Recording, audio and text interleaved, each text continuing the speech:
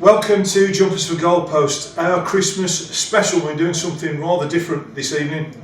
We have a managers panel, 4 managers that I get on with particularly well, which has to be the main criteria because it's definitely going to help introduce Ian Rowe from Sporting Khalsa, Paul Smith from Bromsgrove Sporting, Dean Gill from Wednesfield, and Ian Long from Alvechurch. Going to start off, gents, and I'm going to leave you till last, Rowie, because I want to talk about these other 3 have all got promoted last season, and how have you found the difference? Ian, you've moved from reigning MFL champion, so you'll have a bit of advice to give these guys a little bit later. Reigning MFL champions, how have you found the life in the Evistic League? Second place tells me you found it quite reasonably comfortable. It's certainly not easy. I feel that the sides are probably a little bit better organised, fitter, and just one of the big things for me is delivery into the box from wide areas, from set pieces is a big difference. Just sides are big physical sides, especially when you go up north. We sort of knew that anyway, to be honest, because from our time in the Evo stick we did that. So we knew what to expect. There's no easy games like the MFL. There's no easy games, and I think we played Gresley on Saturday, and that's going to be a really tough game. We drew away, and they're second from bottom, we're second from top, and we drew at their place 1-1, and we expect a tough game. But you haven't had to change your side that much. It's the bulk of the squad is pretty much the bulk of the squad that won the league last season. Well, we've bought some lads in, like your Ash Carters, and obviously Jordan had that signed recently. Don't forget anybody, again. Young Luke Yates we had from Wednesfield that really impressed us during our time when we played against them and we watched them on the lead up to the JWL Cup final. So, and we've probably added more. Mitch Botfield's another one. Charlie Price has also come back. So I bet you when you look at it, we've had Yusuf Cisse from Khalsa. There's probably been 6 or 7 new faces at the club. Macaulay Manning's another one. From Lytown? From Highgate, Redditch. Spent a bit of time at them 2 clubs during the start of the season. So he's coming as well. So there is, there's plenty of new faces in the squad. And I think it's improved us. Well, yeah, I'm confident it's improved us. Hence we're in 2nd place in the league at the moment. But it's still early days. We've only played 17 games. A lot of the other sides around us are into their 20s and 19 sort of games. Baseford, I think that we've got 3 games in hand on them, but they're a massive 18 points clear of us. So they're going to be really difficult to drag round back in. And again, I'm going to look at the Baseford squad. When you've got somebody like the likes of Liam Hearn up front, he's going to guarantee you goals in that level, isn't he? Yeah, I mean, he got 2 against us in the game at our place earlier on in the season. I think we gave them a really good run for their money. There was complimentary of their performance after the game, but that's easy done when you've won the game. But I think on the day we was definitely looking not to get something out of that game. But it'll be interesting to see how Baseford go on Saturday at Stocksbridge. Yeah, not an easy place to visit. No, we've been there as well. It's always cold. Yeah, it's very open, but we've been there and we've got a point. And you never know until the end of the season. We looked at it there and then we thought, that's not a bad point there because they were playoffs last season. So we've gone there, got a point. That's a decent result. We hope come the end of the season because I think they're 3rd or 4th. I think at the moment. And Dean, I mean, you were in a really strange position. I mean, Wednesfield, you won promotion. You weren't allowed promotion. Nobody knew quite what was happening. Yeah. Which couldn't help with the planning. But you've now, you're into the West Midland Premier Division. Yeah. And by all intents, you're more than holding your own. How have you found? I mean, how was that period when you just didn't know what the hell was going on? Yeah, it was dreadful. The getting promoted but not being able to celebrate it was dreadful. In as much as I don't think any of us had ever worked so hard in football. We won 16 games on the bounce to get promoted, and when we got promoted, it was like, okay, so we've got promoted. But we still knew there was a job to be done in relation to getting the ground right for promotion. That's gone now. it's gone. We got 3 cup finals at the end of the last season. We won 2 of them, which was great. Apart from the one against these guys. Yeah. It was one hell of a final though. You don't always win the one, you better win It was a cracking final. And the support you guys had there was tremendous. Yeah, I mean, you needed a second goal. Yeah, because early on, you were the better side. Yeah. It was a good night, good run. Like I've said before, losing to Alvechurch was not the end of the world for us. We was just started our journey in what we're trying to do. In relation to the Prem, how do we find it? It's a bit strange, to be honest. There's probably 3 or 4 really strong teams, and then probably half a dozen in trying to get to the 3 or 4, and then the bottom half are probably very similar to the top half of Division 1. So, in relation to football, there's not a lot more football played. It's a little bit more direct, a little bit more physical, a bit more money spent on forwards. But in relation to the experience of playing in the Prem, we're fine. We're enjoying it. We're loving it, in fact. And how are your? I mean, you've got a very young side, which we all know. Wednesfield are known for having this team of very good youngsters. Yeah. How are those youngsters coping with a few more experienced heads that you're going to see in the Premier Division than they were in Division 1? Yeah, I mean, I think we probably had 2 players who played in the Prem when we went up out of 25. So, as you can see, but with the inexperience of youth becomes the naivety to, they don't fear anybody. So, we don't worry about, and I've never worried about who we're playing. Never. We don't worry about that. So, our lads are only focused on one thing, and that's how we play football and how we perform on any one given occasion. So, when we first came in, and if you go around the grounds and speak to a lot of managers and a lot of players, they all talk about, oh, he's got him, he signed him, he's got. We're not. We have no interest in that. That sounds like a regular Saturday in the MFL, that does. Yeah, we have no interest in that. If you're good enough, you're old enough. Luke, who went to Alvechurch, 17, just gone 18, as talented a footballer as you'll find. We got others like that. I remember speaking to the Alvechurch chairman about 3 weeks before the Long Cup final, and he was telling me he got the best under 18 player around, Callum Baker. He's a great little player. And that's why I got 3 better than him. You ain't you cheeky bastard. And I said, I'm telling him I got 3 better than him. And he come and saw me after the final of the Young Cup. I think he might be right, he might have 1. So we're comfortable. Well, we've got no expectations on us. Our own expectations are us. But we've got no chairman who's giving us a lot of money. We've got nobody who's telling us what we have to do. So all we have to do is turn up, play well, and develop. That's all we're after. And I say, at the start of the season, you're doing that, and you're more than competitive in it. We're 6 points off second. So 6 points off second. There's teams who've come up 2 or 3 years ago, possibly 20 points behind Wednesfield. And I guess that's my belief, whether it's right or wrong. We might have been able to get out of Division 1 the season before we did, and we might have been able to get out of this division the season before we do. But it's not about getting out as soon as you can. Yeah. It's getting out when you can go up and then hold your own and do it again.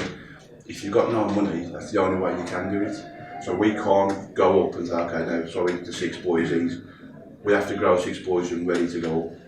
So us not going up the first year was probably a blessing in disguise, because he just made sure that the lads, when they did go up, were more ready, and then when we get out this league, we'll be more ready.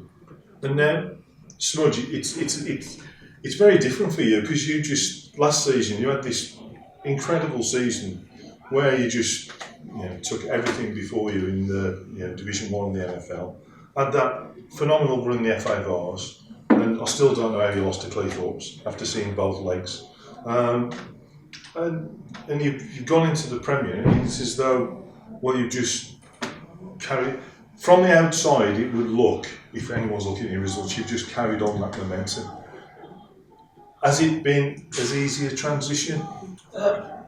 It's good when Say yes if it has. No, when it becomes a habit when you win games of football. It's similar when you lose them, it becomes a habit, and if you can continue a habit, it's always the way forward. And we won a lot of games of football last year. It was a great year, you watched a lot of it, and it was brilliant to take part in. And we've come into this division. The biggest difference in the divisions, without saying disrespectful, there was probably a dozen games last year I only felt we needed to turn up to win. I feel the quality this year, it's a much stronger quality throughout the league than it was in last year's league, without saying disrespectful.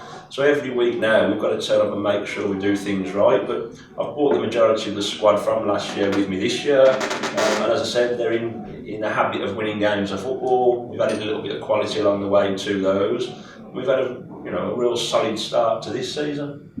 And again, I mean, you're playing different sides, and there's a lot of sides with some serious ambition in the Premier. And again, there are an awful lot of sides in Division 1, and their ambition would be to stay in Division 1. So I'll look at the Premier Division, and you could probably say there could be at least 10 clubs there. Their ambition is to progress and move on upwards. What sort of challenge does that give you? First and foremost, it's a fantastic league this year, isn't it? You look at the sides that are in it, you look at the sides that are challenging at the sort of top end already, and like you said, there's any number of 8 or 10 that could go on and try and win this league, and you only have to look at the top 6 and those sides to say, what a real good league it is. But we're one of those, we're in the mix, we're where we need to be. We just need to keep working hard, and Robbie will tell you the same, we'll be telling his lads the exact same as I do. Just keep chalking the wins off and see where it takes you, kind of thing. It's just important to make sure we take one game at a time. An interesting development for you, which came last year obviously with Worcester City ground sharing Victoria Ground. They're no ground sharing in the same division. Has that added any different dynamic? You'll probably tell me different in a week's time when you're playing them twice, Boxing Day and New Year's Day. That's probably the only dynamic that's changed, that they're in our league. We've got to play them twice. Bar that, no, there doesn't feel like there's anything else going on in amongst that. It's just the 2 games we've got to play against them. It feels a little bit strange having them within the space of a week, kind of thing. I've never sort of done that myself. So that's going to be an interesting factor, but it's sure to be 2 humdingers with huge crowds, so we look forward to it. Yeah, it'd be interesting what the crowds are. I think they're both. I think they're probably similar on both games. Yeah, both clubs are looking at sort of about 2,000, which would be brilliant really for the local area and the games themselves. And like I say, they're two sides that are looking to challenge, 2 in decent form. So it's set to be two real crackers. Leaving you to the last, Robert, you had a great season last season with Khalsa. Had a cracking run in the Vars until you lost that game at Coleshill. Yeah. And really seem to have kicked on this. Currently sitting top of the table. How are you finding it? To me, watching the number of games I do across the league, I think this league's even tougher this year than it was last year. Finding much the same? Definitely, really. I mean, I had this conversation with Pete earlier on today. The league's tough. Like Smudge just said, there's probably, for me, there's still 6. I think there's 6 sides that can go on and win the league. I mean, we're top at the moment. Probably a little bit by default if you look at games played, to be fair. You might be doing yourself a bit of a disrespect. Genuinely, I think you're playing that down because yes, there are a couple of sides that have got games in hand. Yeah. But nobody's winning the games in hand because everyone is capable of beating everyone else, and there's so many draws. I think Well, I think talking of draws. I mean, we started the season we got 2 points from 4 games. So if anybody was to say to me, if we get a positive result at Balmere on Saturday, we'd be top of the league at Christmas, I'd have took their hand off. So from my point of view, where we are now is testament to the lads in terms of, because it was worrying times, I'm not going to lie, come September, start of September, where we sort of probably in the bottom 5, albeit after 4 It was games. a win away Walfrunians, wasn't it? Which Yeah, is your temporary home. It was that win there on Tuesday night, which really seemed to kick-start your season. Mm-hmm. I mean, we haven't been beat in the league since the 2nd of September. Touch wood, that ain't a bit of a negative or something that's going to come back and bite me. But since the 2nd of September, we've kicked on. We drew a few. We drew a couple of games, certainly recently, which I was hoping to try and get maximum points, because obviously the teams behind us, there's some top teams behind us, and the pressure's on really, top of the league, and everybody wants to have a piece of it type of thing. We've got a massive period coming up. In the 6 games we've got between now and the end of January, we come up against at least 3 sides who have got aspirations themselves to still do something in the league. So, obviously we'll know where we'll lie come mid-Jan, I think. I think it's been quite interesting to look at the league for the last couple of seasons, and obviously, you'll say the battle you had with Hereford, I actually think made Hereford a far better side than Hereford would have been, I think, without having the challenge of Alvechurch. Then you had a similar battle last season where you had a poor start, and then it wasn't gradual. It just this really steamroller in the end, and the likes of Coleshill dropped off after they lost in the Vars. I think it really impacted on them. But this season, it just seems to be, no matter where I look, the sides at the top, they're just bunching up, and I just can't. It's going to be a phenomenal season. My biggest concern is that because it's so bloody competitive, we're going to lose that second promotion spot.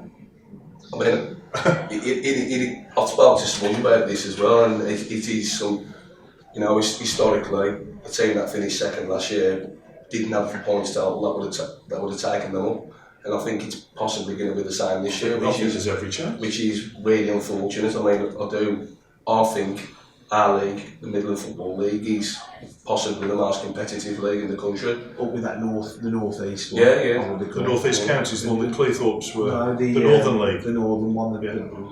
Cleethorpes were in the northeast counties, weren't they? The one where Morpeth and sides like that. They were. And the one that South Shields won last year. Yeah, historically they do well, don't they? And again, you look at what South Shields have done. They're having a phenomenal season. Very much like yourselves. Yeah. Got promoted from Step 5, and I think it just shows the strength of the relative Step 5 leagues. I think whoever wins the MFL this year will have a phenomenal season next year. Again, it's been proven with Payside and with Hereford the year before that. I mean, both teams have gone and kicked on, and I'm sure, like you said, whoever's fortunate enough to win the league and hopefully go up in second place, because let's face it, like I say, if someone doesn't go up in second place in the Midland Football League, it's an absolute travesty. It is, and I think it should be, this new league should be a Midlands league, and I get the feeling it's more like a central league, and it's going to be based more Berkshire, Buckinghamshire. It's not really where the heartbed of Northern football is, and you're all managers of really good Midlands clubs, and we need a league at that level. Well, even you talk about just the one going up and maybe the second one missing out. It could be 4 or 5 out of the division that could easily hold their own in the division above. So it's not just the one that will go up, the second one might miss out. There's still, whoever comes 3rd or 4th for me, out of the clutch of us that are in the mix, they could also bounce on and move on and go again. So it really is that competitive and that strong, in my opinion. And that must be from your point of view that we're all talking about how strong that league is. I mean, that vision for you to actually get up into that mix, it must be great to be able to aim for, because it is such a strong league. No, it's a great league. I think if I've watched lots and lots of football in the league. Most last year we were playing the likes of Alvechurch and Highgate. We had some great games against them, where as a Division 1 team, to go and test our wares against P's team and the likes of Highgate, it's good for our lads. Ultimately we will get to where we want to get to. because we're such a young set, and we do things probably a little bit different to some. We don't know what that is. We don't know what it is because tomorrow teams will come in and take 2, 3, 4 for all of the team away. That could happen. We fully understand that. But what do you? I mean, what having that as a possibility. How do you counteract that? I mean, is it a case of if it's the right opportunity for the lads, then you wish them all the best and take that opportunity. But in a lot of occasions, it might not necessarily be the right opportunity. They'd be better off staying put. Yeah, I mean, when Luke went to Alvechurch last year, it was done right. They spoke to us properly because we're a step 7. We were like a step 7 club then. I don't mean we don't run properly. We run as good as any team in the MFL Prem. We run really well. We train right, we organise, we do it right. So for us, if a player moves on, it has to be better for him. Now, you can't do what we do and take this the right way. You can't do what we do with idiots. You can't just get a kid, put a shirt on him and say, come and have a run around and mate. They have to be a certain type of lad. I've seen some clubs that do that. So not in this league. Well, because they're young, but they've actually bought into what we're trying to do.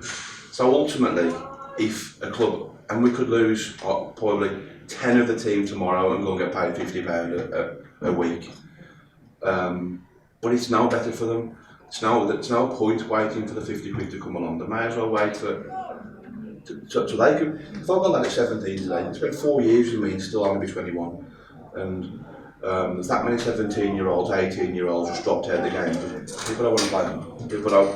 People no disrespect to these guys, these have got to get results. They need results. I don't have that worry in as much as we know we can't get out of the league. We can't get out of the league by trying to hit the league the way it is. We fight fire with fire. We can't do that. It's impossible to get out of the league because we wouldn't be able to do it if we played the league the way it plays itself. We've got to try a different way, and that's by a football ethos of trying to do it slightly different. And that's what we all believe in. Whether they're brainwashed or not, the vast majority of the youngsters are buying into it. Because people come in for them, people talk to me about them, and we ask them the question, do you want to go? And touch wood, at the moment, they're happy. And I guess these guys know better than I do, because these guys have played the level as well as managed level for such a long time. There's a lot to be said to get players happy. There's a lot of lads who can move on for a little bit of money, and within a month, I'm like... I mean, that actually brings me to... I've actually made a list of one-word things I wanted to touch on, and you've all started touching on it now, and that means money and the amount of. In certain areas, there is a fair amount of money in non-league, but it doesn't filter down, and we see it even in the MFL Premier Division. There are the haves and the have-nots. And as you go down the leagues, and you almost see that. Is this? Yeah. Do you work on the basis that look, this is how it is, and we just have to live with it, or do we actually feel as though it's really a negative thing as far as non-league football is concerned? Anyone, just chip in. Go on, I'll start with you, Pooh. I just think there's always been money in non-league football, and obviously the higher you go up the levels, the more travelling, things that you have to do. You look at some of the lads now. We train with them twice a week. They're in the gym the other days, and they're working hard to make sure they're fit. Tom Tonks, I had him at Tipton. He'd probably have a pop up there for saying it, but we're not the most gifted. But one thing, Tom, he's 110% football. He's high up his agenda. He looks after himself.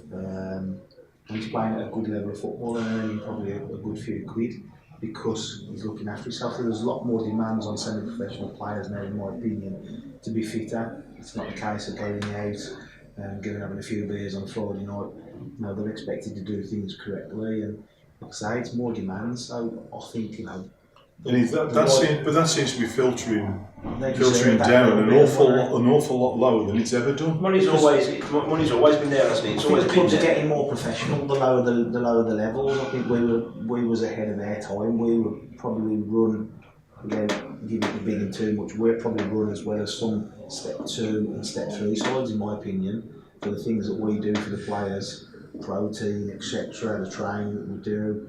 We take all the weights, timed runs, everything like that's all done for the players. Even the boots are clean now at their club for the players, which is.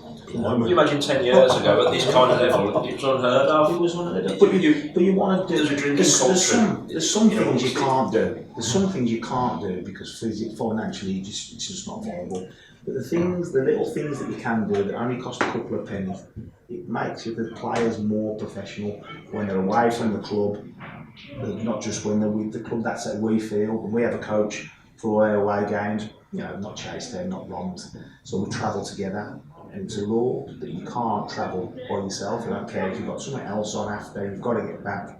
We travel together. We have a pre-match meal on the coach as we travel. So we do everything we possibly can, all the extras, all the little bits to try and make them lads feel professional, and we want them to give us more professionalism back on the other hand, and that's why we go that little bit extra mile, and like I say, we try and do things really professional, and I just think that's why the money is filtering into the game. I think there was a period of time when businesses were, the economy was struggling, football businesses and that, and I think money men in football then were few and far between, to be fair, and I think everyone rounded in a little bit then, but I think now the country's getting back on its feet, businesses are starting to be better, I think, and don't get me wrong, I'm no politician, but I just think that there's more money coming into football. You're making too much bloody sense to be a politician. You take questions. I mean, it's quite. I mean, just adding on to that. I mean, look at your chairman, Rich, going really well with him. Having a chairman like Rich with his vision as well, with the new ground and everything else in the pipeline, that must make such a huge difference, but also put pressure on you. Well, having his vision is great. The thing with Rich, I'm very down to earth. Really? Really down to earth. And Rich is very much the same. There's no airs and graces. He's a good bloke off the pitch. He never puts any pressure on me. He's always there if I want to talk to him. We went through a bad spell at the start of last season before we finally got it together, and there was never ever any pressure. I never felt any pressure apart from the pressure that you put on yourself to win and the frustration by not winning. So to have him, he's a successful businessman. He's intelligent. I'm going to get some stick for saying all this. So I can go back to him, and I can ask advice. Tweet at Rich Thorndike. I can ask him, not just football things. I can go and ask him advice about other issues as well. And he's great. He is, and I'd like to think, not only is he my chairman, but I'd like to say he's a friend. I enjoy his company. I like a beer with him and stuff like that, which is great. And he backs us to the hilt. Do the football things as well. If there's anything we want to do within reason, he'll back us. If you don't think it's the right thing, he'll tell me, and then I'll tell him I think it's the right thing, and he'll back us. And it's great. I'd like to think we've got a good relationship. Don't get me wrong. If we was bottom of the table, the relationship might not be so good. But we've had some success since we've been at the club. So everything's going well. The new ground needs to. Obviously, we found out some news about that, about it going 3G, which is a little bit disappointing. But I'll come on to the 3G in a minute. Robbie, the club here is very different in terms of the way it's run. I mean, I love coming here. It's home from home, very much for me, and the way everyone's made very, very welcome. It's very much a community club, and it is a very different model in lots of ways. Is that we'll talk. The money's always been there. Is that still? Some people think Oh, well, yeah, I know, and again, that's why I'm asking. That's one of the most annoying things is when people ain't honest about it. It's like from I've heard loads, and most of it just goes in one ear and out the other, because if I believed everything that I've been told in football grounds, we'd all be millionaires. I mean, from my point of view, the people who run this club are fantastic. And like P says, in terms of certainly the start of this season, we didn't have the greatest of starts, but there was never no pressure. My chairman and the people involved with the consortium who run this club, they're good folk, they're good honest people, they're good honest businessmen who have, the football club's an hobby to them. They've got their vision where they want to be successful, and from my point of view, I've got no pressure to deliver. Obviously, like P said, it's personal pride and stuff. You put the pressure on yourself to want to get results, and I do want to try and get the club going forward. And I've been here 3 years now. I've been in this league 3 years with the club, sorry, 2 years, and we strive to go forward. And like you say, that my relationship with my chairman is top drawer. He just comes to football, and he just wants to worry about coming to watch a game. And like I said, there's no pressure on me in terms of getting results, but the pressure on you is put on by yourself. Apart from myself, yeah. And I'm going to come on to touchline and things in a little while. Yeah, don't put you looking up in the air because you're another one. I'm changed. I've changed. Yeah, I'm changed now. What about you, Smudge? Because it was over the last couple of weeks, there's been all sorts of rubbish on social media about the sort of pressure that you might be under from different odd comments that people have made. You're thinking, what are you on? Just what more I don't see what more you could have done as a manager to what you're doing now. No, listen, I don't feel any pressure, Gaz, if I'm being honest. What people want to think or say at whatever level at our football club doesn't interest me. My record speaks for itself, and that's all it needs to do. It's been a challenging 5 or 6 months for me managing, really. It's a difficult situation at the moment at the football club, which hopefully will get resolved. I've enjoyed my time here. I want to continue enjoying my time and continue pushing the football club forward. And the big thing is, I've got the best interests of the football club at heart, and that's huge. And for as long as I'm told to continue, I'll continue to do what I'm doing. And in your case, I mean, you're very, in a lot of ways, you have something very different than the other three guys in terms of your supporter base. The crowds that you get at the Victoria Ground is probably double what these three get together for a It's game. amazing, it's fantastic, really. And it's a big club, and I mean, they're a huge club. There's confidence, They're So it one sounds like- game away from getting promoted to the Football League. When I took over and started, we were under 200, we averaged 184. It took the 4 years to get it going and get it up and, almost a sleeping giant. Because there was a lot of fans there that the Rovers fans that wouldn't buy into it being sporting. I still There's hear a lot that stops away. I still hear it. Only occasionally now, but I do still hear it now. On the way that 9 times out of 10, good football brings people through the doors, doesn't it? You can forget everything else. If sides are We playing won the good treble football. though last season, and we still only get 150 and playing second in the University. Like you said, We're a smaller club, I know. yes, that. and there's that fan base in Bromsgrove that is there to be tapped into. Yeah. And if you continue to play good football, and the people that like Bromsgrove into the Rovers, people saying, listen, come and have a look, come and have a look, come and have a look. The amount of people during that Vars run last year that were Rovers and came up to me and said, we're Rovers fans, we weren't going to buy into sport, come and look at it, but we have and we love it. And now you're up to the fan base now of just sort of 800 kind of thing, but that's in the space of 4 years. You can go again, you can do that again, and it can double and treble again, but to do that, off the field, we've got to be in the right place, we've got to have the right people with the right skill sets to take the football club to that next level. You talked about Richie Thorndike for one, you've got to have people that are business-minded, football-minded, that can bring money to the table, that can bring infrastructure, that can build, And if you've got that with the fan base that we've got, then the world's the oyster for Bromsgrove Football Club. Are you tapping up there, Chairman? I've tried already. But that must be, that must be an issue for yourself. I mean, in terms of the gates that Khalsa get. I mean, I find it really disappointing in terms of, the football that's played, the entertainment that is here pretty much every time I've come here, and you're still struggling to get people through the door. And it's made worse because Wolves are having such a phenomenal season, and all of a sudden everyone's gone Wolves mad again. But even when they weren't, it was a case of, what have you got to do to drag people in and say, look, the football here, just come and watch it? We had a great FA Cup run 2 seasons ago. We got to the quarter-final of ours, we've won a couple of cups, we've won a league, and the FC United game, we had nearly 2,500 in there. On the Tuesday night, we played Pelsall Villa, there's 25. So it's 2-0 off.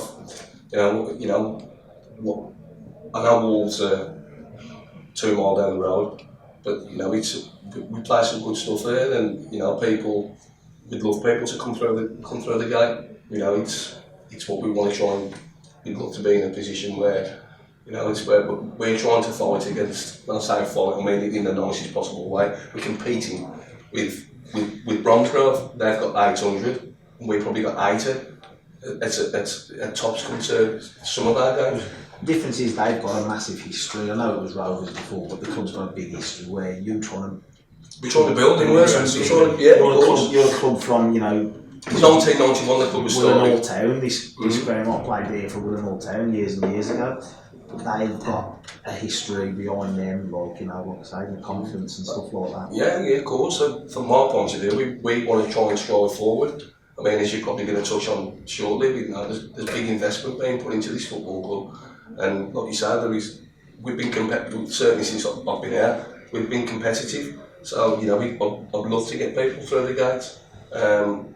Hopefully we can build on that, but it's tough. It is, and so I don't know. We're having the same problem exactly. And to my mind, that makes even less sense that you had such 2 phenomenal seasons. I mean, to push Hereford like you did, and then that was arguably a better achievement than winning the league last year. Yeah, then to win the league last season and to be in second place in the level above. And admittedly, there aren't many teams in that division that have got travelling supporters. They're probably no better. In some cases, they're worse than the MFL, because I experienced that league when I was covering Stafford, as you know. And there aren't much in the way of travelling fans, but again, it's difficult to know what more can you do. Hopefully, perhaps the new facility will attract people again. Well, historically, Alvechurch were decent, not in our era. 20, 30 years ago, and there was some real good crowds there. There was a real good, strong 13,000 when they had that. The FA Cup 27 replays or something. Yeah, it was real strong. Apparently, Longbridge. Apparently, the car place used to shut down early on a Saturday, so that everyone could go down to Alvechurch and watch the game. That's another thing. And with players as well. With players, I think businesses are more flexible there. And football was a big part of it, and a lot of it was works football as well. There was a lot of football in the works and everything. But now, I think for players as well, it's hard for them to get out of work. There's more, everything's a bit more rigid. There's not, there's no gaffers that you can say, look, I've got to get away at 3 o'clock because I've got to be in so and so for catch a coach and that. I've had that doing the press job, particularly when I was doing radio. It was a case of, I'd have a midweek game, and I've done games at Gateshead on a Wednesday. You can't exactly leave at 4 o'clock to get to Gateshead on a Wednesday. And thankfully, I worked for employers who knew, look, this is part and parcel of what you get. So, we went down just try and be flexible. We went down to Peterborough a few weeks ago on a Tuesday night, and fair play to the lads. We didn't have one player missing. Everyone that was in the squad turned out, not a problem, and fair play to them. Sometimes you take them for granted, but they probably lost money throughout losing hours at work and stuff like that, and fair play to them really. And then I think we got back at 1 o'clock, there was a road closure, it was 1 o'clock, 1:30 by the time we arrived at Alvechurch, and then we've got to get home from Alvechurch back home to get into your beds. Well, I saw one the other week, Chester. Work in the morning. Chester played at Leighton Orient on Tuesday night. I think are they full time still, Chester? They might be. They left. I think the supporters left and the team left at something like 10:10, 11. And there were road closures on the M1 and pretty much all the way back. The actual team coach got back to Chester at 6:30 in the morning on the Wednesday morning. Wow. And one guy then had to drive to Holyhead because he lived in Holyhead. He got home at 8:45 on the morning after he played the night before, thinking, thanks for that. It's still not, but He probably had a day off the next day though, and if he's full time, he's probably given the day off. Very so. You know, so yeah. I mean, just the last one on the money one, Dean. I mean, you mentioned that in the West Midland League that there is some money floating around, particularly the top end of the table and the bottom end. And the bottom end. And again, you are where you are. Yep. Again, does that bring its challenges, or is it one of these you know just fires you up even more just to? Yeah, don't take me wrong. If somebody wants to come and give me £1,000 a week, we Get rid of all them young kids. we can absolutely make a better environment, like Pete just said. Absolutely, we can do that. But I think the league, Bromsgrove and Khalsa, you obviously need to challenge them now. I think it's just the way of the world that you would need some money to attract some players. In the West Midlands Prem, you don't need money to win the league. The teams that will win it will have money. That's a given in the team, but we haven't got any, and we will absolutely win, go up eventually. So yeah, I mean, it's not. There's not enough money. There's not enough money for me to worry about it, because if someone gave me £500 a week tomorrow, I'll share it out amongst my lads, I might get £20-30 each. They give me far more than £20-30 worth of commitment, £20-30 worth more of attitude, £20-30 more of everything. On the other hand, we go and play a lot of teams who pay the £20-30, and well, they're not a team, are they? And that's not, no disrespect to anybody. I'm never going to moan about any other team, any other manager. But when you play Wednesfield, you're playing Wednesfield players who want to play for Wednesfield. And if we can get you into a game, we're a decent side. If we can get you, we've had some thumpings this year, 2 or 3 of them, and we've learned far more from them than we learned from last year, when we, very similar to what you were saying, we could just turn up and win 5, 6 and 7s. I'm just throwing it out there. I mean, we're talking about the money in the game, and again We'll just kept quiet since we started talking about it. with Just my took Alty off him. with my league officials hat on, is this, should the FA be doing more in terms of supporting football at our level and below, feeding that money down? Because it just seems to me, it still seems to stop at that top level, and it just doesn't filter down. I think it needs to come in. For me, the biggest challenge needs to be clubs like, I know Alvechurch do, Khalsa, I don't so much about Bromsgrove, but it should start at right under 6s, under 7s, under 8s, under 9s, under 10s. I mean, we're trying to we got like 15 teams at Wednesfield, and we're trying to get all 15 teams to play a certain way. Now, yeah, you might say, well, that's ridiculous. Wolves only try and do that. Well, that's okay, but it is our Wolves, it is our Birmingham City or West Bromwich Albion, whoever you I support. hope it's own Birmingham City. Oh no, but I guess the point is you can be as professional and you can be as committed as you want to be. You haven't got to be paid to be committed. You haven't got a lot of money to be professional. You've just got to want to do it. So, we've got young lads now, youth team lads, and 15s and 14s, and even younger, who want to play football, and that's worth far more money than £20-30 I find. You're more thinking of the top level of football and filtering down to grassroots, and very much so. I mean, I know you've applied for grants, and I think you've been successful with the new 3G pitch. I think we're in the process of doing similar sort of things for the new development up at the Hayes. So, if you're fortunate enough, It just seems such hard work. at the end of the day, I think if the FA and the Premier League just started dishing it out to anybody that hadn't got a proper structure to them, that could all fall there. And I mean, Absolutely. Ludlow had a new facility. I don't know whether that was granted money or whatever, but then, the next thing you know, there was nobody using it because Ludlow had finished and folded and because it wasn't being run right. So you can understand the FA and the Premier League, being careful and really monitoring who they're giving the money for and making sure it's a sustainable business really that they've got to look at, I'd imagine. Don't get me wrong, again, I'm no expert on it, but they can't just be seen to giving it out willy-nilly to clubs that, Alvechurch have got a long history. I mean, they go back a long time. Khalsa probably not so long. Bromsgrove have got a long history. I don't know so much about Wednesfield. They've got a long time.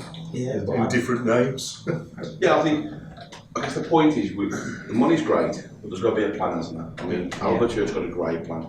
Khalsa have got a great plan. Bromsgrove's the same. We're the same, there's a plan. I guess what we're trying to do is there's teams in the West Midlands Prem, they're bottom half or bottom six. And they were bottom six last year, and bottom six the year before, and bottom six the year before. Now We've got similar size in the various MFL divisions. so for me, if the top flight to the non-leagues. if you can get a plan, get a vision, get an ethos within the club, the least you should be able to do is just slightly improve every year. If every player's not maxed out by age, and our players aren't, obviously, every week, I think I said it before, every week I come, not only can we play better, but the players can be better.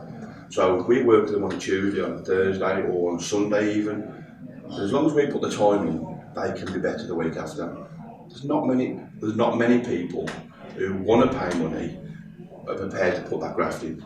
They would prefer to have somebody who gives them some budget to go and get a player. I want a forward, who shall I phone? I'll phone him. I'll get a forward in. Rather than think, which is great, if you've got it, if I had it, I'd love it.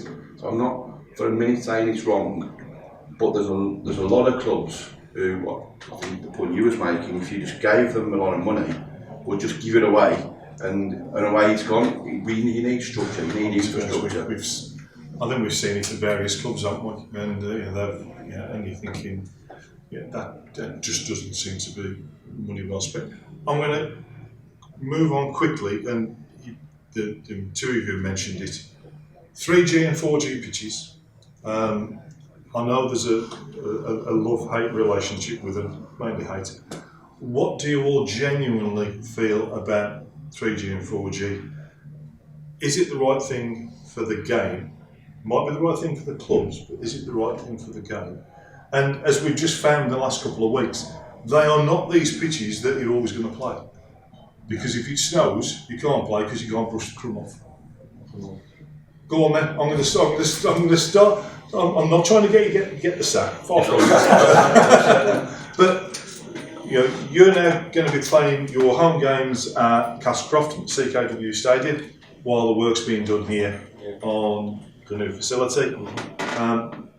It does change things big time for the club and for the team. Now there's a different. I'm always honest. There's a difference for the club in terms of like you just said. From the club, it's a business. It's the way forward in terms of being sustainable for the football club to continue, rather than coming out of the owners' pockets or to be done a different way. Personally, I'm not going to profess I'm a lover of 3G. I've got to get used to the idea, I've got to get used to it quickly. Well, you are because you're playing on one on Saturday. Well, we're on one on Saturday. We played on two already this year. Yeah. Touch wood so far.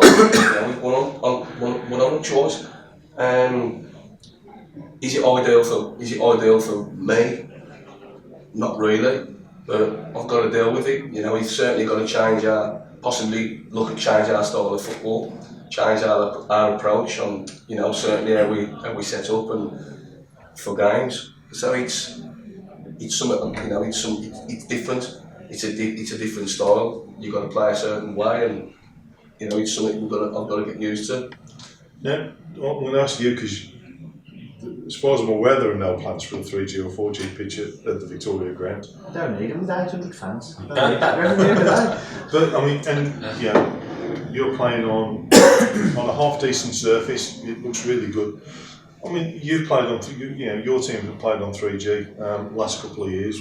What are your thoughts? I think P's hit the nail on the head, really. If you look at all the clubs that are having these installed, 99% of them are having them installed for financial reasons. They're not having them installed for football reasons. I don't like them. That's my bottom line. I don't think the games are true on them. And it's not the sort of football that I like to watch or be part and parcel of. That's just my point of view. And as I said to you before, and what's I think the most important part is, it just seems to me to be a money reason that they're being installed. Because every club that has, without sounding disrespectful, every club that has got enough money at any level of football aren't looking to install these things. In my opinion, there might be the odd variation on that, but the majority aren't looking to install them. I think it's a different way of football. I think you've got to change your dynamics completely. I think there's certain players that play for me now, and these three will probably say the same, that perhaps would get found out if they're playing week in, week out on those surfaces. Likewise, there's players that might not be good enough for me at the moment, that would be good enough to play on that facility week in, week out. So, in a nutshell, I don't like them, and I wouldn't want them myself. I'm going to move on. I'll come on to you in a minute, Dean, but I'm traditionalist. I just think football should be played on grass, and always has been. Obviously, it used to be played on wood at Tividale. Yeah, we had QPR and Luton and Preston back when they had the rock hard ones, and there's a massive improvement since then. Oh, the bounce on those used to be absolutely hilarious. I still think you can definitely, your type of player that you're looking to sign, there's no tackles on them, which FIFA are trying to get rid of tackling pretty much. You can't tackle in the game now, but when you're playing on them things, you either see a tackle in the game. The tempo of the game is slower. The bounce, it's a massive advantage the sides that have got them, because the bounce on them, it ain't like the old ones where it hits the deck. It hits the deck on the old ones and it just used to run, get going, you couldn't catch it. It hits the deck now, it just pops straight up in the air. It just jumps straight up in the air, straight up. It cost us. I've also seen some, watched it, and again, it's you play a long ball and it's stopped. Yeah, so instead of as you say, running through, and particularly as you expect, if it's a bit of a greasy surface, it'd skid on. Yeah. It doesn't. They are better when they're wet. Yep. They're a little bit better when they're wet, but there's no clubs at our level that have got the facility to have their pop-up things to give them a good soaking more at half-time or before the game. So, if the weather conditions are dry, it's going to be a dry pitch. And I just think they're really slow. It takes the tackling out of the game. And it will kill some players. It will kill certain players who want to get in your face, want to press the ball and want to be competitive. It's taking them out of the game because they're just nobody tackling. I mean, there are certain players, we could all probably name individual players which we won't, that it definitely doesn't suit. And likewise, we can name other players that it perfectly suits them. We played at Coleshill last season, we got done 2-0, no excuses, they was by far the better side of the day. We lost two players, Dave Bellis and Ryan Winwood, both rolled their ankles on. I'm convinced that more ankles, knees and backs will be suffered, will be given, people will be getting injuries because of these 3Gs than probably people want to let on, to be honest. Hasn't there been a report that's come out of, I think there's a report that's come out of the States, or there are various reports coming out of the States that have done analysis over time on the benefit of these pitches. And there's an awful lot, because like the MLS, the American Football League, I think there's an awful lot of those starting to question whether those 3G, 4G pitches are right for them. Well, I'm told that the Albion first team, I think even their 21s and that, they won't go on. I think a lot of the pro clubs from their first team, they won't touch them. There's got to be a reason for it. They won't go on. I know it's in the conference now, they're trying to get it into the bottom two divisions, and they're trying to, and I'd imagine it probably will. The one thing about Smith is, the income that they can bring in. You can use them pitches for 80 hours a week or something like that. Then pitches can be used if you've got a college on there during the day. Well, I was at Stafford Town last Saturday for the game against Heather, and you know, walked in the ground at 2:15 or whatever. I was talking to the guy on the gate. He said, "Oh, this is the second game on here today." He said, and games have been off everywhere. We had next to no games on last weekend, as we all know, and they said, "Oh, it's the second game on here today." And he said, "I think there's 4 or 5 on the following day." Yeah. So you can see it from a club point of view. It's a no-brainer. I think as well, the older players, I think they'll get found out more on it with injuries as well. Some of the older players, and it might even then mean you have to go and sign younger players to play. Well, watch out, Dee. He's after you already. I'll get players there. We played Gate in a friendly on Tuesday night at Cozil, and I've got players coming back and my back's aching. Don't get me wrong, but some of them are tarts. But I don't get my ankles hurting, my back's hurting, my knees are hurting, I can't walk, and they're hobbling all around like me. But I'll take on tomorrow. I'd have thought that, and I'd have thought as much as anything, because of the way you're set up, the way your lads play football would be the perfect surface for your lads. We try and get it down and play football as well, though. I wasn't saying you did it. Sorry, that's a different story. No, listen, I'm not. I was expecting that as well. I'm not professing to do everything right at all. Far from it. These lads are far more successful than I've been. So, I guess, but from my point of view, it's not so much what we can do with it; it's what it stops others doing. So, we can play on any surface. That goes back to your comments about the Dean's already alluded to. There's a lot of physical sides in the league, and you can't be overly physical on a 3G. No, but everybody's got football's about opinions. Everybody's got an opinion on how the football needs to be played. Some people just want to win, and that's fine. They're probably some of the best managers in the world ever have been solely about the win. From watching P manage, and I watch Rowe manage a lot of times, and there's they're characters, aggressive characters when they need to be. But one thing you get every week out of them, which I would take from watching them over the years, is they want to win every week. They set the team up to win every week. Their players are at it every week. Now, that's nothing to do with the pitch. So there's no that won't change when they're on a plastic pitch. That won't change at all. They'll still be at it. They'll still want to win, and they still be in the top 10% of clubs in their league just due to them being managers. That's not so much about ball, but I'm not from their characters. So they drive their teams, represent them just purely because of who they are. Now for us, that's not me, unfortunately. That's not. I want to win. I think you both. I want to win, but I'm a little bit different to that. I have to be, I guess. But it suits me as well. So if I could stop some of the antics that we have to deal with, then I would. Absolutely. I don't want to play that way, so I would. And I'm not. I don't mean it in a bad way. I'm not. From a physiological point of view, if he's hurting legs and knees and stuff, I absolutely agree with that. It's got to be proven that he's healthy still. But I think we'll know for 10 years. But you play in the West Midlands. I think by then we'll have. There'll be so many. Some ripped up. They've been ripped up. Thinking it's Holland, Ajax, isn't it? Or some of them went over. One of them ripping them up. I know, but if you, gents, with all due respect, in our level, I don't know so much about yours. We're not playing on great surfaces. We're not playing on pitches that you can't roll your ankle. You need to look at some of the even the Evistic Premier surfaces. There's some awful pitches. We've been to pitches this year. There's like the goal now is that much lower. It's like school pitches. So I'm all for the purity of a nice grass pitch. If we could all have a pitch like, let's say, someone like Malvern, their pitch is unbelievable. I mean, the one I always point out is Brompton. Yeah, because there's probably not a better grass surface, I don't think, in the Midlands than Brompton. I think it's an absolutely gorgeous Have surface. you been to Malvern this year? No. It's unbelievable.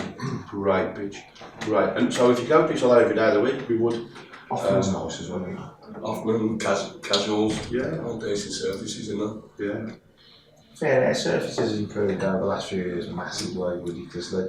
Obviously, you've still got the slope from side to side. We asked the player last, and it was a good lad.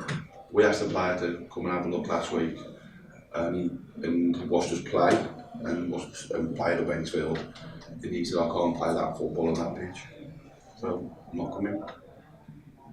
It's fine. That's work-minded, though, isn't it? Well, That's no disrespect to the guy.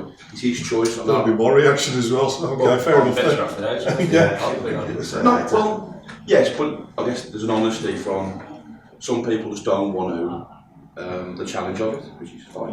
Don't want to roll their sleeves up. I'm going to jump on to another one, and again, it's the FA. The FA have got this campaign called Respect. I'm not just looking at you. And again, I think it's very much a one-way. To me, it's very much a one-way street.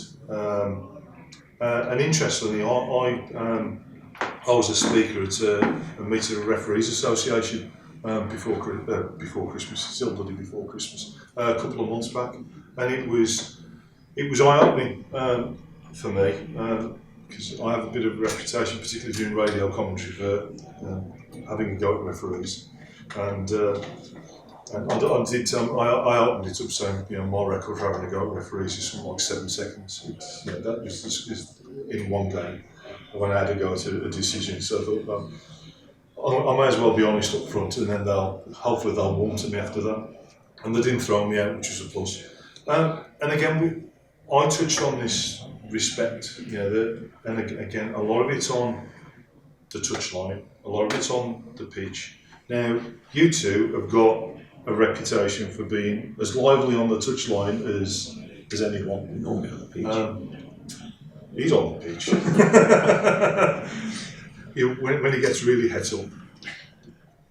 Have you seen any difference in terms of the way your relationship is with the match officials? Because I know I can come down here and I can see the referees and know whether he's going to be relatively quiet in his little box or he's going to have a challenging afternoon. You must know that yourselves. Have you noticed any difference? I know a lot of it is down to the passion on the touchline. I mean, so much of the other week against Coventry United weren't exactly quiet, which I wouldn't expect it to be. So you're there to do a job. You want the officials to do their job. Have you noticed any difference? Is the Respect campaign working? Is it all one way? Who's going to answer first? These pair are probably the wrong ones to answer it, I'd have thought. Oh no, that's why I've asked the question. I was lively for 3 I was lively for 12 minutes to go, I think, and ended up drawing. But for me, referees and officials, it's a tough role to play, isn't it? Because you've got two teams that both want to win a game of football. They haven't got the cameras at our level that they've got anywhere else. And purely for me, the big one is they're as human as what we are as managers and players. Now, players go out and make mistakes, and they might get a bit of stick off us as managers, but it's washed over and forgot about. The referee makes a mistake. Whichever set of players it's made a mistake against, he's going to have 11 of them, 3 off the touchline, a few fans all on his case. So I do try my hardest to lay off them, and I don't like or enjoy seeing them getting berated. They are going to have bad games, they are going to make bad decisions, but I completely agree that we've got to try and have a bit more understanding to what they do. There are some that I find aren't as receptive to being able to be talked to or spoken to, which I don't agree with. That's where I was coming from, which I don't agree with. Is that relationship between you? It's having that relationship between you and the match officials that you can have. It depends which one you've got, Gaz. A sensible conversation. Yeah, it depends which ones you have. I think you can speak to some and you can't speak to others, which in itself is a problem.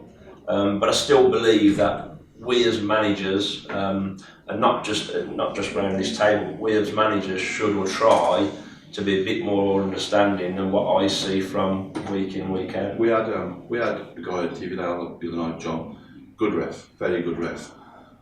After about 20 minutes, I try and keep as quiet as I can. I said, John, for God's sake, so I see him at half time and I say, good half, ref. He said, I don't want you having a go at me, but don't do it in public, Dean. And I think, you know what, I can take that. I can take that. I said, yeah, fair play. I said, it's my fault. I think one of the big things for me with referees, and I think where the respect thing could come in, is there's a lot of teams, whether it's a professionalism, and I guess maybe one of you three will think, well, that's just good, that's how you do it. But they scream in unison throughout from the bench to the goalkeeper to the chairman in the stand.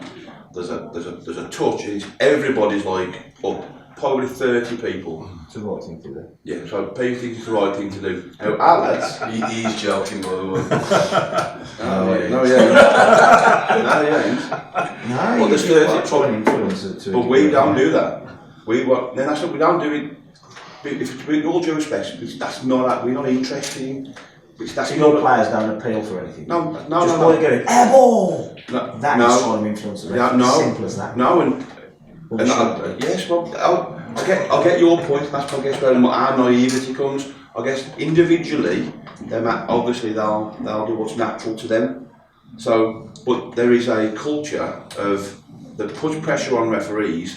The referees then fall into the trap of let's listen to all of, for example, all of P's lads and him screaming at them like you're going to kill them. You've watched him recently. I've been good. I've been really changed. You were very quiet the other week with us because you got a cold and you barely moved out the dugouts. But then a team like Wednesfield will come who do not scream, and then the refs are not responding to exactly the same things. So I think from a referee's perspective, it'd be better for us if they just slow that down a touch. Go on then. It is a tough job. Doing the line, sort of, even again at their level, the tempo of it, because of the professionalism that we try and install into your players a little bit more at the lower levels now, it's getting quicker even at non-league level in my opinion. And it is a tough job, especially offsides. I think it's a really, really tough and touch and go, some of them, because you've got to watch the pass, you've got to be running, you've got to be keeping up with play, you've got to, it's impossible really to watch that and now at the same time. You've got to look along the line, all the new law changes that come in. How the hell how do you get your head around it? The one thing with us, I think there's been since we've been promoted, I'll be honest, I think there's been a slight improvement in the referees. There's a lot more assessors at step 5. You don't see many assessors. I have not noticed any assessors really at step 4. I think they're trying to fast track, which I think has got to be very careful because some are not up to it. Every game at our level. But whether that's the level, then they push them up to 4. And I don't know, for whatever reason, I have not seen as many assessors. You normally get to see your assessors around the ground when they're in with a referee and you think, oh, he's an older referee, ex-referee, he's assessor. We're not getting that. The other thing they do, and I think it's quite a good thing, although it can affect you, I don't believe they should have the captains in, but they take the captain and the club official and the club secretary, so it'll be either myself, Richard Colwell, or somebody from the club, from the footballing side. They have the club secretary in from both teams at the same time, and the referee just goes through a few things, what he wants to do, and what wishes everybody all the best. And the respect thing, I'm sure everyone's heard enough managers say, referee, respect's got to be earned, and it's a two-way thing. And I don't think we get that. If a referee makes a mistake, and I'm shouting loud and giving him some abuse, which is wrong, and I know that, if he comes over to me and goes, sorry, I think I might got that wrong, he's dead, it's forgotten then. And I'm totally at ease with that. Because we all make mistakes, the players make millions of mistakes, we all make wrong changes, selections, so we all make mistakes. But if they can just come over and go, yeah, I might got that wrong. If he comes over, he's always got time to do that. The game's going on, and I understand that he's got to keep his eye on the game. But if there's a break in play, he goes, what happened. We had an example this year where we went to Black Country, played Dales Owen, and after the game, the ref. Firstly, I've probably only had 2 matches affected by refs. I can remember that's affected the outcome. So we can't be all that bad. As much as we can argue about them, I've never really come off that many. Without them, we ain't got a game, have we? No. Without officials, we ain't got a game. It's a thankless job. Of course. 99 times out of 100, if Wednesfield have a negative result, it's because of Wednesfield.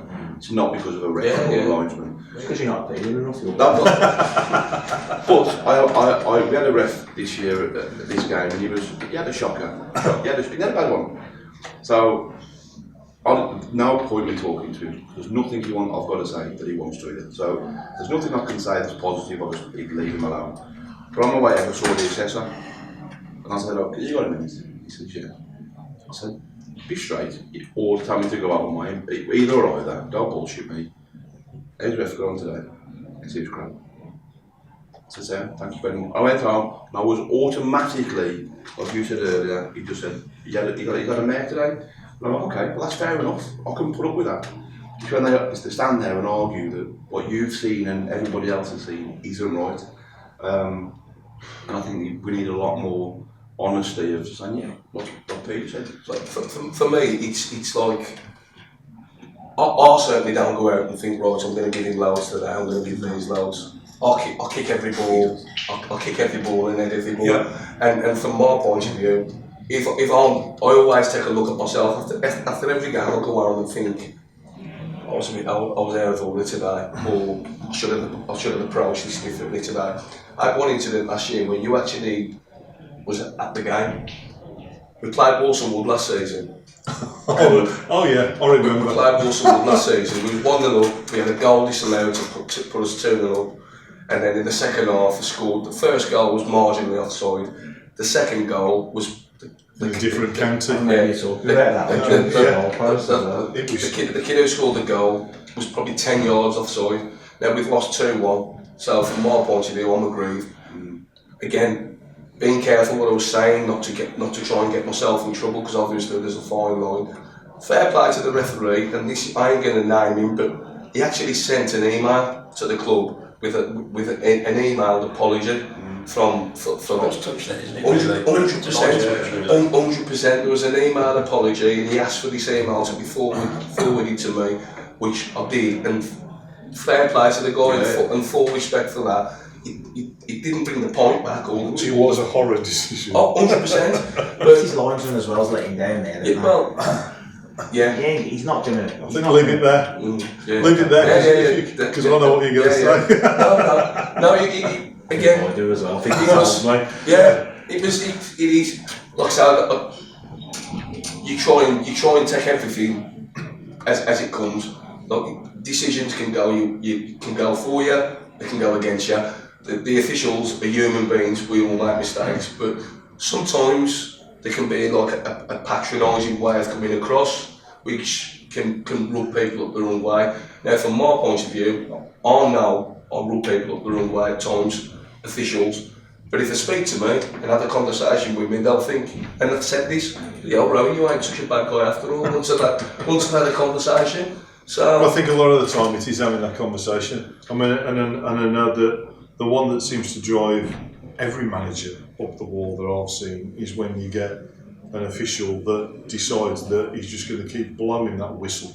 And you want to say, for heaven's sake, you've blown it once. You ain't got to get, look, we know you've made a decision. Yeah. You don't need to do any more. And all it's doing is just bringing attention onto the act of blowing a whistle. And sometimes it's chill out a bit. The foreign referees all had a very the hands and the whistle and they're dragging players towards. Don't forget though, you look at you imagine every game you've been part and parcel of this year.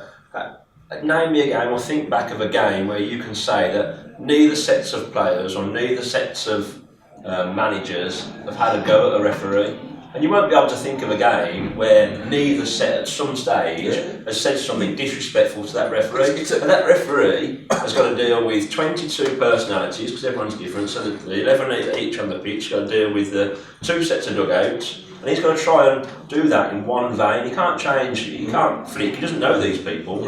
So for me, like I say, I think that they get a raw deal, I really do, and that's from everywhere. I noticed last season the referees in the NFL seem very young. You know, I think if they're too young, it's difficult for them to have man management skills and be able to manage 22 blokes and because they're all 2 technical areas, and they're just too young. So it's not fair. But that's where your more experienced, aggressive Players outfits will have an advantage, and that's something for me that.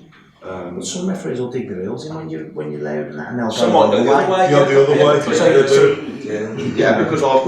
Because they should just give a decision based on what it is. Decision, you know, every decision should be.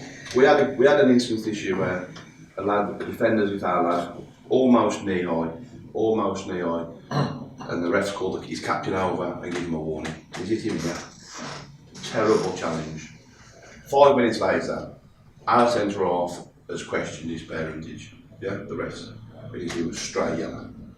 Yellow card, he's called him a ball still. So it's half time, I have a word with him as politely as I can and say, look, knee-high tackle, you've got the captain and give him a warning. I said, my player swore at you, hurt your feelings because he swore at you. I've got a lad with stud marks all down his leg, but you've had a warning. Because he's not hurt your feelings, you give him a yellow. I said, you know, it's never right. And he went, okay, I'll see your point, but he shouldn't swear at him like that. So, agreed. I have no issue with that. But it is important for my lad who's got stud marks all down his leg. There's certain things that the referees do which annoy you for me is if a kid's one-on-one, 3 minutes gone on the whistle, and he's brought down, sometimes you'll get away with it because it's early. But we see that now. We see it at the top level. We see it at the top level as well. That goes from top to bottom, doesn't it? It's part and parcel. Shouldn't be. But that's them putting their spin on things, and they've just got to then follow the letter of the law and make a decision. The other one that's annoying is there's a tackle and it's a foul or it's a goal kick, and he gives a corner. He'll pick a decision that's not either to try and. Do you know what I mean? There could be like a penalty, a big call for a penalty, but he's either took the ball or it's a goal kick or something like that, and he'll give a corner to like. It's halfway in the middle. Yeah, and that's not in the rules. That's not in the one rules. of the interesting things to me when I did that talk with the Referees Association, they have at their regular meetings they like have what problems have you had, and then discuss various issues they've had on the pitch, and that was really eye-opening. And the one was a relatively inexperienced linesman who was how do you manage the technical area? I've got on Saturday I've got managers constantly outside the technical area, and he said, well, what did the referee say before the game? What did the referee say to you before the game? I said, well, he said nothing. He said, well, really? He said, as a group of officials, the referee should say, this is how we want you to manage the technical area. But the experienced refs said, if they're not bothering you, leave them alone. He said, because ultimately, you could create far more problems for yourself, and to be honest, manage the game, concentrate on the game, don't worry about that. Which I thought was quite. I thought, well, if more people had that sort of sensible approach. Well, the manager said it's not consistent though, is it? So you've got one referee that's saying. But that was exactly the same in that meeting. That's the problem you're going to We had 3 different viewpoints. If that That's referee why it riles people. Yeah. That's why it If that riles. referee's been assessed and he's got allowed 4 standing in the technical areas, he's going to get done for that. Yeah, I mean, the manager said at the time, you shouldn't need the ref to come before the game and say, look after your bench. You shouldn't need that, should you? Because the bench should behave how it should behave because how you should behave. I guess half the dugouts in the West Midlands League, you wouldn't see the game if you were sat in there, or you can't see the pitch. You know, if you're a tall lad, you actually can't see the game. But yeah, I think as long as it's sensible, 2, 3 standing is fine, isn't it? The last point I'm going to make on respect, and I'm probably going to embarrass you now, is at that Referees Association meeting, there was a comment made to me. He said, one manager had invited a referee to talk to his players about the changing rules this season, so they all understood. Dean Gill was that manager, and the comment from the referee was, "That's respect." And he said, ultimate respect for what Dean had done in getting his young lads to understand these are the rule changes. And I thought, you know what, we could all do a bit of that. That ain't a bad suggestion. If something we could all probably learn from that. Did you ever get to that? There was someone down at the FA County ground a few seasons ago. I think it was at Tiggedale, and they'd done a load of questions, and you had to go on your own, and they were all different questions about the rules of the game. And I think out of about 20, I got 10 on. I did it. But you think you know something? You actually know. But it is though. But it's all to do with what happens if somebody throws it in. You wore the t-shirt for about 2 weeks after doing it. Yeah, I was in the technical area.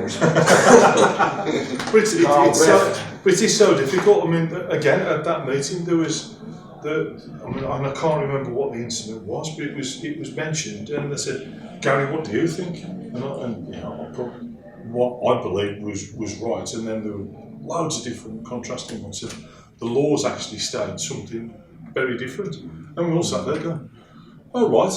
So now, how many games do I watch? I thought I understood the rules. I better not question them anymore. There's some rules. It's some really strange ones. I can't remember the question, so I I was there at the same thing, wasn't I? Yeah. We had You took my old job at Tipton. we had an advantage played on a penalty. We know much it after you left, we know money, but that's another story. I was there. Bonky had it all. He spent it all. Did you hear that one? we had an advantage played on a penalty. Lad coming in from the right wing into the box from the right hand side. So not at goal, not clear through, clear penalty, and the rest played on, and we've missed. I'm like, Thanks for that. apoplectic. I mean, like, I think we'll all agree it is a tough job. It is, yeah. It is a really tough job. I think what helps is fitness. If you get an old referee, I think they can manage the game well. But if they're not up and playing, they can't get close enough to play, it's difficult to make decisions. can you imagine if these were referees? I'd be glad. I can't. It would be very. I did referee a game Then once. we fall aside. I did referee a game once. And they come to me at the end of the game and said the best referee of the season. Sunday morning game. I'll tell you what. I was fit then. I could keep up with play. I'll be turning up to watch. Bring me notes. I'd have a column for all the cards. I did mention. I did call the two captains in and said, "Look, I've got no yellow cards or red cards, and if you do play up, there is consequences." So I did say that. Right. Well, just a couple of quick questions, and these are really quick because, as I say, we're probably running out of time. This season, players that have stood out for each of you from the opposition, anyone that you've seen that really stands out? Not that you're all going to try and sign it. Paul, no sign. Took one.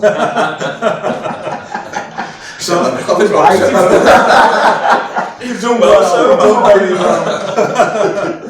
No, I mean, literally, is there anyone that stood out that you've seen? Yeah. I like Jason Cowley from Bromsgrove. It's on contract, don't bother. Yeah, I like him too. I like Jason Cowley. Yeah, very much. There's He's a real fox, and I do like Jason. He scores goals from I anywhere. like Calzill's front four, well, front three now because Pay took one of them. Yeah, there's and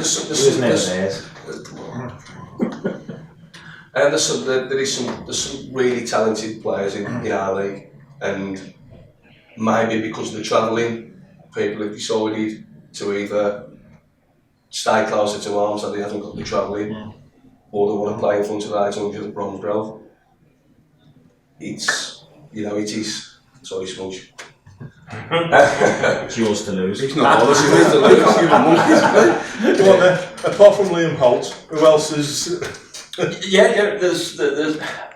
I don't think there's so many standouts. He's talked about Cowley. I'm really pleased with what I've got personally. I think I've got some real good footballers there. Just nicked him. Holty was the best midfielder we've played against. Reynolds at Worcester. I've watched him twice this year, and he was absolutely top draw. but he seems to be a little bit in and out at the moment. But he was frightening the 2 games I watched there. I think overall, I think teams are stronger as a whole. So it's the units without a shadow. But the 2 games I've watched from other people, unfortunately, Holty stood out here, and Reynolds at Worcester stood out for me. What about you, Dean? Yeah, I think I'm a little bit like Paul. Not really. I mean, respecting them as players, the likes of Liam Hughes, Kazis, the guy who knocks goals, the floodlights, he's quality forward.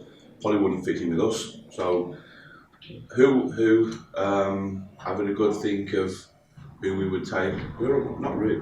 There's some great players, but I'm probably more focused on what we're doing than. That's good. Other teams. Playboy? For me, probably 2 lads from Coval, played him in the trophy. I know it's step 3, but Creamy, he got a hat-trick, good hat-trick. Scored a beaut last week at Whitby. Yeah, he's What was goal of the week? I think it was goal of the week. I think his goal at Whitby. good size, running back to goal, good aerially. Yeah, I liked him. And the lad he just played off in Watson, he's very good as well, very cute.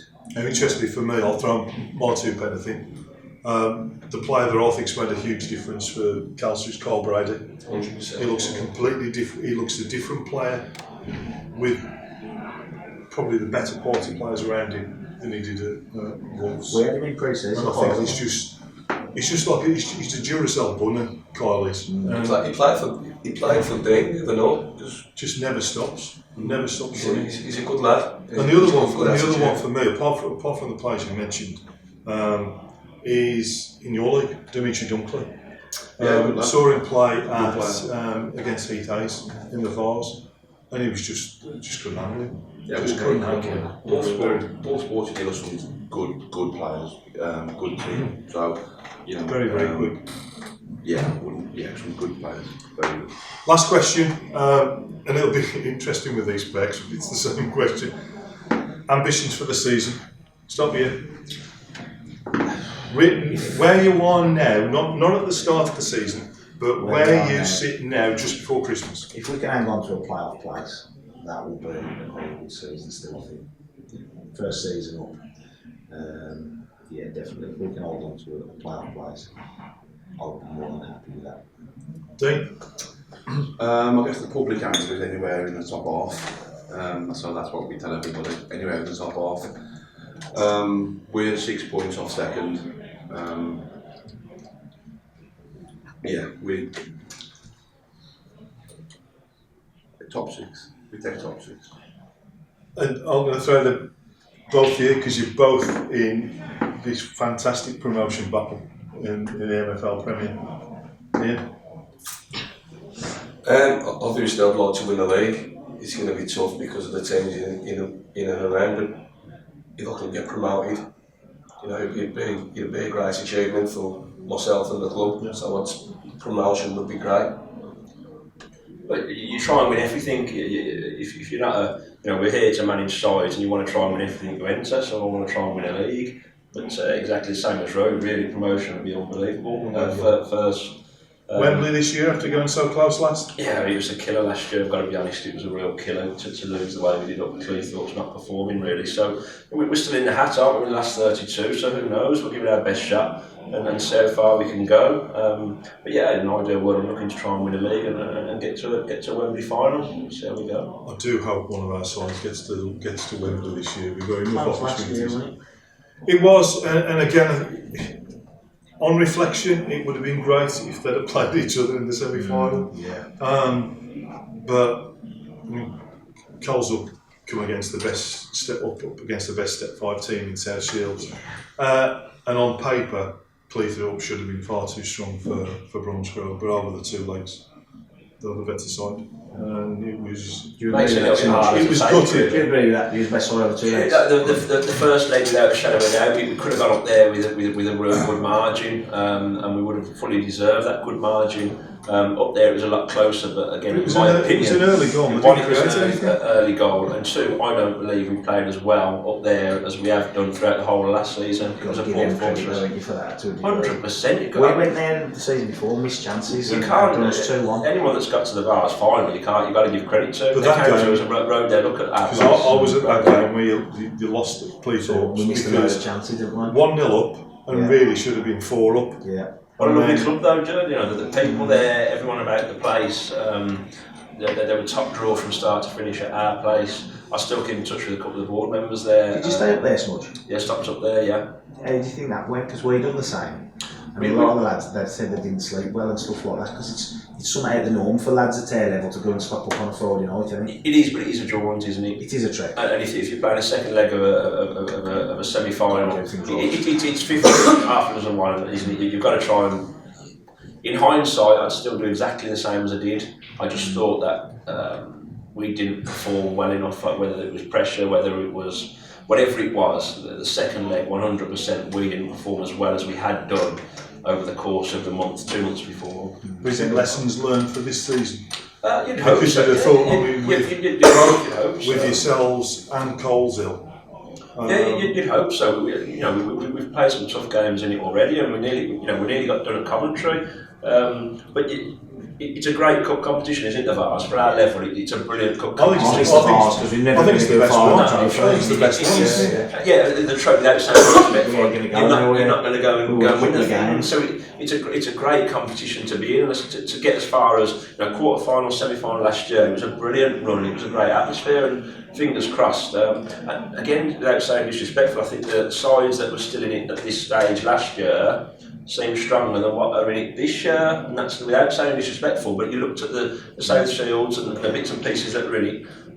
So it's there to have a crack at, and I'm not, we're a good side, and we should be confident about it. I think looking at the sides that are still left in it, I mean, you can't discount Rowe of Sporting. It seems. I mean, they've got a chance. Are they drawn in the next round? Yeah. You've always beaten. Is it Cook now? They've got a side that's been down with beach in the table. Cook now, I think they're called. It's not spelt that way. But I said this at the start of the season. I honestly think a Midland Football League side will win the Vars this season. I honestly think that. I mean, we was unfortunate. Precious much. No, that's not through. It's not through a pressure environment. We was unfortunate enough to bump into Bromsgrove the first round. Yeah. The year before we drew Alvechurch. So all the local sides, because this area, the catchment area, is so strong. All we do is knife each other. Yeah. So when it comes to our games, got easier. We played a side in the last 16 where you came last season at Ely City, and our games got easier. And to be honest, the Ely City game was as comfortable as you could wish for. It was very comfortable. Yeah, and very comfortable. The game's got as soon as we come past. But then you go on against Coleshill. And it got easy until we got to the quarter final and then drew someone in our same league. But again, you look at the side still in. I mean, Coleshill go to Newcastle Benfield, who are mid-table in the Northern League. That'll be good. It's a jaunt. That'll be good. My big concern for Coleshill is Paul Bryson, who used to be at Northwich Vicks, and he's been around the block. He's there. He's playing up front. He's the leading scorer. I mean, I think he's in his 40s now, Bryson, but he does score goals. He really does score goals. So if they can keep him quiet, and they've got a great chance. Hinckley go to Marsk, which is on the northeast coast. They got last 16 as well last year, didn't they? That's a really tough one. It's a really tough one for Hinckley because Marsk, I think, is second in the Northern League. I think they're favourites, aren't they? In the betting, Marsk. Well, yeah, but if you look at the betting, it's all the Northern League sides. No idea. The best price I've seen before the last round, the best price for any Midland League side was, I think it was 20 to 1, and that was Walsall. No, Bromsgrove were favourites at the start of the competition. Yeah, but before the last round, the best bet, the best price for any of the Midland League sides was Walsall Wood, who were 20 to 1, and they got knocked out at Southall. Because it was all the Northern League sides. It was all the Northern League sides, and you're thinking, don't you watch football outside of the northeast? But they've won it how many years on the bench, haven't they? I think they're into the shop this year. I think I'm hoping so. We'll win it. I'm really hoping so. Well, I think I think it's a great realistically, chance. there's only them and Coleshill that can win better than So Westfield's on their day. Westfield's on their day. we played 2 great games against Westfield. I was there at the one. Yeah, 2-1. I think they're a decent side, I really do. They get down and play with Their win the last round was a really good one because Plymouth Parkway won 18. It's not been discounted, Westfield. Westfield will get drawn, I think, a lot of times. They normally get drawn south if I'm right. But now it's national now. Regionalised they do. Yeah, Yes, national now. Of course, for them it is, yeah, definitely. But now it's national, it's good luck. It's anybody. Gents, thanks very much. It's been an absolute blast. Hopefully we'll do this again. Next time it'll be in front of a live audience and we'll try and live stream it as well, so no pressure there, Russell. But I think we'll do that. So if I can thank Ian Rowe, Paul Smith, Dean Gill and Ian Long. All that's left for me to say from Jumpers of Goalpost, have a very Merry Christmas and see some of you on Boxing Day. Thank you. Cheers, gents. Thanks very much. That was an absolute blast.